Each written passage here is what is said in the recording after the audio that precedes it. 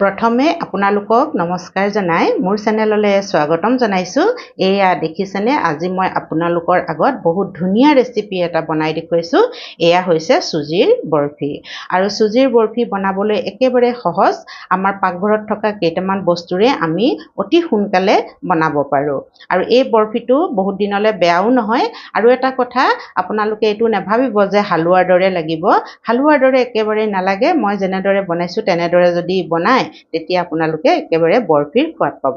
আৰু এপিচ মই আপোনালোকক ধুনীয়াকৈ ওচৰৰ পৰা দেখুৱাই দিছোঁ। এয়া চাওকচোন কিমান ধুনীয়া হৈছে। আটাইকেইটা ছাইড মই দেখুৱাইছোঁ। আৰু এয়া এতিয়া পূজা আহি আছে নহয়নে? এনেদৰে বৰফি বনাই আপোনালোকে থৈ পূজাত খাই থাকিব পাৰিব, আলহীকো দিব পাৰিব, ল'ৰা ছোৱালীক টিফিনত দিব পাৰিব, চাহৰ লগত খাব পাৰিব, নহয়নে বাৰু? আৰু বহুত ধুনীয়া হৈছে বৰফি কেইপিচ।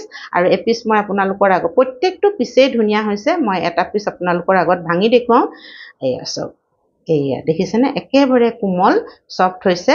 আৰু সঁচাকৈ বহুত ধুনীয়া হৈছে বৰফিটো। আৰু এইকেইটা বৰফি মইনো কেনেকৈ বনালোঁ, এতিয়া মই বেছি দেৰি নকৰি আপোনালোকক দেখুৱাম। আহকচোন। গেছটো জ্বলাই মই কেৰাহী এখন পাতি দিলোঁ। আৰু কেৰাহী গৰম হৈছে আমাৰ। আৰু এতিয়া এয়া ঘি দেখিছেনে, ডাঙৰ চামুচেৰে 2 চামুচমান হ'ব মই ইয়াতে দি দিছোঁ। আৰু ঘি অলপ গৰম হোৱাৰ লগে লগে এয়া মই 2 চামুচ বেচন দিছোঁ। চুজি বৰফিত আমি যদি 2 চামুচ বেচন দিওঁ তেতিয়া খাবলৈ বহুত সোৱাদ লগা হয়। আৰু আপোনালোকে যদি এনেদৰে বনোৱা নাই, বনাই চাবচোন। বেচন 2 চামুচ দিলে সোৱাদটো আৰু বেছি বাঢ়ি যায়। এতিয়া অকণমান এয়া আমি বেচনখিনি ঘিউতে অকণমান ভাজি ল'ম। গেছৰ ফ্লেমটো মই কমকৈ ৰাখিছোঁ, নতুবা জ্বলি যাব। এয়া দেখিছেনে, আমাৰ ধুনীয়াকৈ হৈ গৈছে। এয়া অকণমান গোটা গুটি হৈ আছে, মই ভাঙি দিছোঁ। আৰু এতিয়া আমি চুজি ল'ম। চুজি এয়া মই এটা বাতিৰ জোখত ল'ব, কাপ হওক, গিলাচ হওক, যিয়েই নহওক, তেনেকুৱা এটা বস্তু জোখ কৰিবলৈ ল'লে ভাল হয়। আৰু এয়া এবাতি মই চুজি লৈছোঁ আৰু ইয়াতে মই দি দিছোঁ ঘিউতে। আৰু এতিয়া এইখিনি আমি ভাজি ল'ম।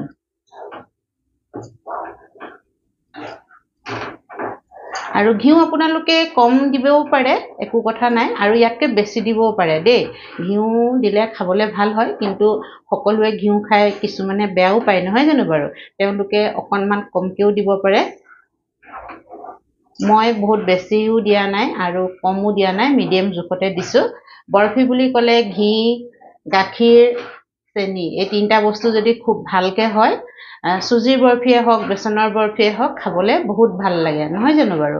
সেইকাৰণে মই ঘি আৰু হিচাপতে দিছোঁ। আৰু এতিয়া মই চুজিখিনি অলপ দেৰি ভাজি থাকিম। চুজিৰ কালাৰটো চেঞ্জ হ'ব নালাগে, অকণমান ভজা ভজা গোন্ধ এটা আহিব চুজিৰ পৰা। তেনেকুৱা অৱস্থালৈকে মই চুজিখিনি ভাজি থাকিম। আৰু চুজিখিনি হাই ফ্লেমত ভাজিব নালাগে, কিয় জ্বলি যাব আৰু ৰঙা পৰি যাব। সেইকাৰণে গেছৰ ফ্লেমটো মই ল'ত ৰাখিছোঁ। আৰু এনেদৰে মই অকণমান 4 মিনিটমান সময় লাগিব বাৰু দেই ভাজোঁতে, কাৰণ ল' ফ্লেমত যিহেতু ভাজিছোঁ। এনেদৰে মই এতিয়া ল' ফ্লেমতে ভাজি থাকিম। আৰু আপোনালোকে দেখিছেনে বাৰু, চুজিৰ কালাৰটো চেঞ্জ হোৱা নাই, মানে ৰঙা পৰা নাই, অকণমান যে হালধীয়া লেখীয়া লাগিছে। এয়া আমি বেচন যে দিছিলোঁ সেইকাৰণে লাগিছে, কিন্তু চুজিটো আমাৰ একেবাৰে ৰঙাকৈ মই ভজা নাই। আৰু ধুনীয়া গন্ধ এটা আহিছে, চুজিৰ ভজা ভজা গন্ধ। এই গন্ধটো আহিবই লাগিব, তেতিয়াহে আমি গম পাম যে আমাৰ চুজিখিনি ভজা হৈ গ'ল।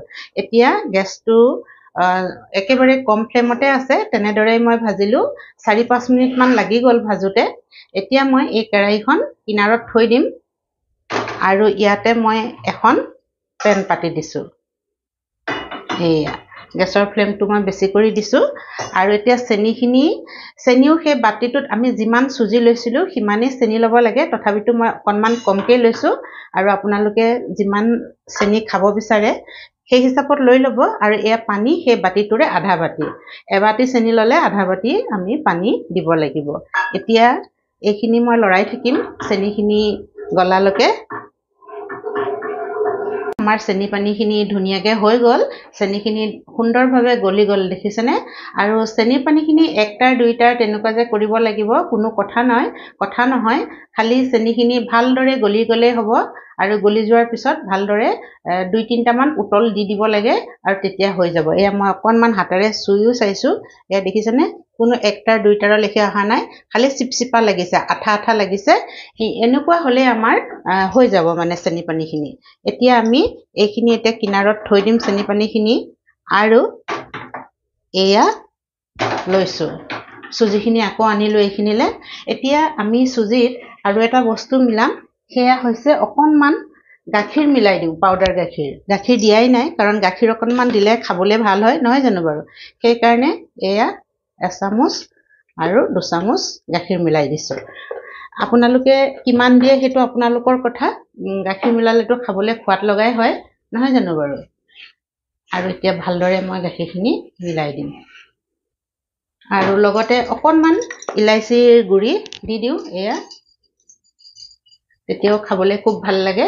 থাকিলে মিলা দিব আৰু নাথাকিলেও বাৰু একো কথা নাই এয়া দেখিছেনে মই ধুনিয়াকে মিলাই দিলো আমাৰ গেছৰ ফ্লেমটো একেবাৰে লোত ৰাখিছো হাই কৰিব নালাগে এয়া হৈ গল ধুনিয়াকে এতিয়া আমি এই বনাই থোৱা চেনি পানীখিনি সুজিত দি দিম এয়া লাহেকে দি দিম গোটেইখিনি মই দি দিলো আৰু এতিয়া ধুনিয়াকে আমি পানীৰ সৈতে সুজিখিনি মিলাই দিম এয়া দেখিছেনে এই বৰফিটো বনাবলে একেবাৰে সহজ আপোনালোকে দেখিছে আৰু বস্তু বেছি নালাগে কিন্তু খাবলে বহুত ভাল লাগে মানে বহুত সোৱাদ লগা হয় এতিয়া গেছৰ ফ্লেমটো কমকে ৰাখিছো আৰু মই এনেদৰে লৰাই থাকিম আৰু এয়া আমাৰ মিশ্ৰণখিনি অকনমান ডাঠ হ'ব লাগিব ডাঠ হলেহে আমি বৰফিটো বনাব পাৰিম সেই কাৰণে অকনমান দেৰি মই এনেদৰে লৰাই থাকিম দেখিছেনে আমাৰ ডাঠ হৈ আহিলে আমাৰ সুজিখিনি আৰু এতিয়া আমি গেছটো অফ কৰি দিছো আৰু বেছি যদি ডাঠ হৈ আহে তেতিয়া আমাৰ বৰফিটো একদম টাইট হ'ব সেই কাৰণে বেছি ডাঠ কৰিব নালাগে এয়া চকচোন মই অলপ মানে বেছি ডাঠ নহয় অলপ কোমলকৈ ৰাখিছো কাৰণ সুজি হয় ফুলি যাব আৰু এতিয়া মই অকনমান দেৰি এনেদৰে লৰাই থাকিম গেছটো অফ কৰাৰ পিছতো কেৰাহীখনত কাৰণ কেৰাহীখন গৰম হৈ আছে আৰু তেতিয়ালৈকে আৰু ডাঠ হৈ আহিব এয়া সব এতিয়া মই এনেদৰে অকনমান দেৰি লৰাই থাকিম এয়া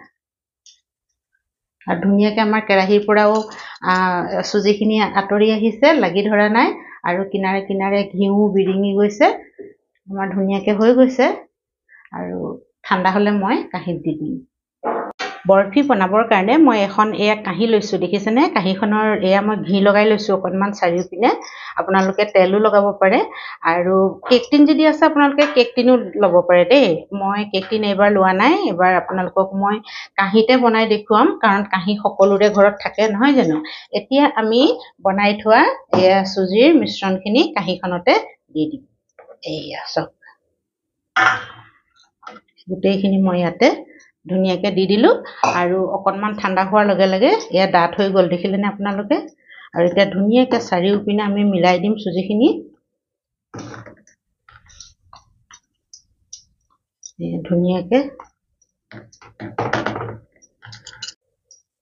এয়া দেখিছেনে মোৰ ধুনিয়াকে একদম বৰফিৰ ওপৰখন মই অলপ চামুচ এখনৰে এয়া হেচি হেচি মিহি কৰি দিছো আৰু ওপৰখন যদি খগৰা মগৰা হৈ থাকে তেতিয়া বৰফিটো দেখিবলৈ বেয়া লাগিব হয়নে নহয় বাৰু আৰু এতিয়া আপোনালোকে ইয়াত ড্ৰাই ফ্ৰুটো ব্যৱহাৰ কৰিব পাৰে কাজু বাদাম পিস্তা যি ব্যৱহাৰ কৰো বুলি ক'লে ধুনিয়াকে সজাই দিব পাৰে মই আজি একো নিদো একদম সুজিৰ বৰফি সিম্পলকে বনাইছো কম খৰচতে সেই কাৰণে মই সেইবোৰ একো ব্যৱহাৰ নকৰাকে কিমান টেষ্টি হ'ব খাবলে সেইটোকে মই আপোনালোকৰ আগত আজি বনাই দেখুৱাইছো আৰু এতিয়া বহুত গৰম হৈ আছে এঘণ্টা মানৰ পিছত যেতিয়া ঠাণ্ডা হ'ব মই আপোনালোকৰ আগত ধুনিয়াকে পিচ পিচকে কাটি দেখুৱাম আৰু এই দেখিছেনে আমাৰ ধুনিয়াকে হৈ গল এতিয়া আমি ঠাণ্ডা হোৱালৈকে ৰব লাগিব আমি বৰফি কাটিব পৰা হৈছে মই আপোনালোকৰ আগত এতিয়া কাটি দেখুৱাম আৰু অলপমান দেৰি থলে আৰু বেছি ধুনিয়াকে টাইট হৈ যাব যিমান দেৰি থোৱা যায় সিমানেই বৰফিটো লাহে লাহে টাইট হৈ আহিব এতিয়া মই কাটিছো আৰু দেই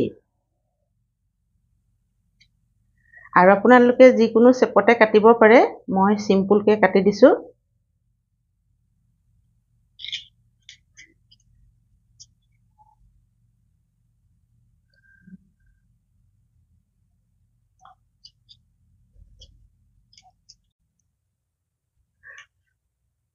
এয়া ধুনীয়াকৈ ওলাই যায়। কিনাৰৰকেইটা অকণমান উলিয়াই লওঁ, তেতিয়া বাকীখিনি উলিয়াবলৈ ধুনীয়া হ'ব। ৰ'ব, এয়া এতিয়া মই আপোনালোকৰ আগত উলিয়াই দেখুৱাম এপিচ এপিচ কৰি।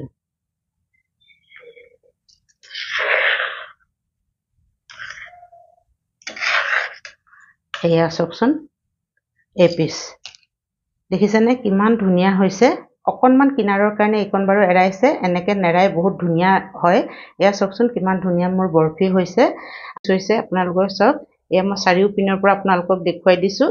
এয়া দেখিছেনে, পিছ চাইডটো দেখুৱাইছোঁ কিমান ধুনীয়া হৈছে।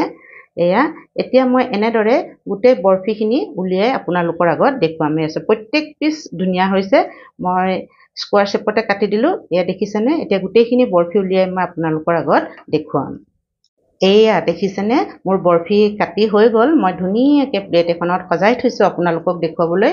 চাওকচোন কিমান ধুনীয়া লাগিছে। আৰু আপোনালোকে দেখিলেই মই কিমান সহজে আৰু অতি সোনকালে এয়া বৰফি পাকঘৰত থকা বস্তুৰে বনালোঁ। আৰু ভিডিঅ'টো চাই আপোনালোকৰ কেনেকুৱা লাগিল? যদি ভাল লাগিছে তেতিয়াহ'লে লাইক কৰিব, শ্বেয়াৰ কৰিব আৰু কমেণ্টছ কৰিব। আৰু যিসকলে মোৰ চেনেলটো ছাবস্ক্ৰাইব কৰা নাই তেওঁলোককো অনুৰোধ কৰিছোঁ যাতে মোৰ চেনেলটো ছাবস্ক্ৰাইব কৰি লয় আৰু কাষতে থকা বেল আইকনটো দবাই দিয়ে। তেতিয়া নতুন নতুন ভিডিঅ'বোৰ তেওঁলোকে পাই থাকিব। আপোনালোকৰ ইমান মৰম আৰু আশীৰ্বাদ কৰি মোৰ চেনেলটো আগবঢ়াই লৈ গৈছে। আপোনালোকক মই হৃদয়ৰে বহুত বহুত ধন্যবাদ জ্ঞাপন কৰিছোঁ। আৰু আজিৰ ভিডিঅ'টো শেষলৈকে চোৱাৰ কাৰণেও আপোনালোকক মই হৃদয়ৰে বহুত বহুত ধন্যবাদ জ্ঞাপন কৰিছোঁ। আজিৰ ভিডিঅ'টো ইমানতে সামৰিছোঁ। ধন্যবাদ।